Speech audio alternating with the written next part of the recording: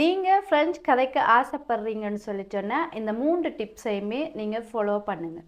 முதலாவது என்ன செய்யணும்னு சொல்லி சொன்னால், நீங்கள் எந்த நிவோவில் இருந்தாலும் பரவாயில்லை, நீங்கள் ஃப்ரெஞ்ச் கதைக்கும்போது ஆறுதலாக கதைக்கணும்.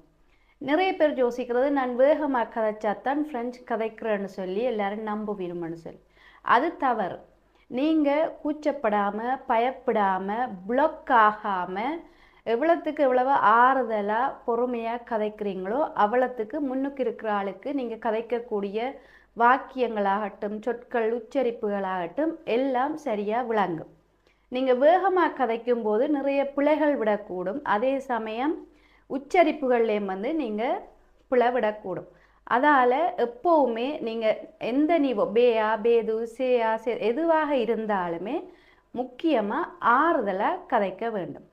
ரெண்டாவது என்ன செய்யணும்னு சொல்லி சொன்னால், ஒரு ஆர்வம் இருக்குது உங்களுக்கு, நான் ஃப்ரெஞ்ச் மொழியை எப்படியாவது கதைக்கணும்னு சொல்லி ஆர்வம் இருக்குன்னு சொல்லி சொன்னால், கட்டாயம் நீங்கள் கதைச்சு பழகிறதுக்கு ஒரு கோச்சிங் போயே ஆகணும். அது ஏன்னு சொல்லி சொன்னால், நீங்கள் விடுற பிழைகளை திருத்தி உங்களுக்கு சொல்லித்தரத்துக்கு ஒரு ஆள் கட்டாயம் தேவை.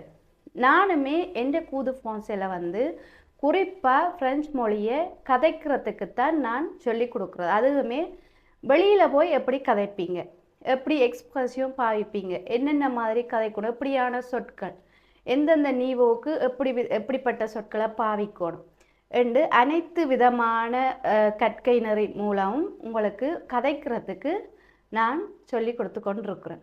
அதுவுமே உங்கள் நேரத்துக்கு ஏற்றபடி எனது வகுப்புகளை நான் உங்களுக்கு அமைச்சு தந்து கொண்டிருக்கிறேன். உங்களுக்கு என்னட்ட கூது ஃபான்ஸே படிக்க விருப்பம்னு சொல்லி சொன்னால் என் மெயில் அட்ரஸுக்கு மெயில் அனுப்புங்க.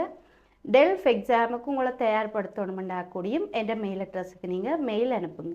மூன்றாவது என்ன செய்யணும்னு சொல்லி சொன்னால், நீங்கள் ஃப்ரெஞ்ச் மொழியை கற்கும்போது எல்லாரும் கவனத்தில் எடுக்கிற விஷயம் கிராமர் படிக்கணும், ப்ரொனவுன்சியேஷன் சரியாக இருக்கணும், நிறைய சொற்கள் பாடமாக்கணும், வாக்கியங்களை சரியாக அமைக்கணுமெண்டு அதிலேயே பர்ஃபெக்டாக எல்லாம் செய்யணுமென்று சொல்லி நீங்கள் கதைக்கிறதுல ஃபோக்கஸ் பண்ணுறது குறைவாக போயிடும்.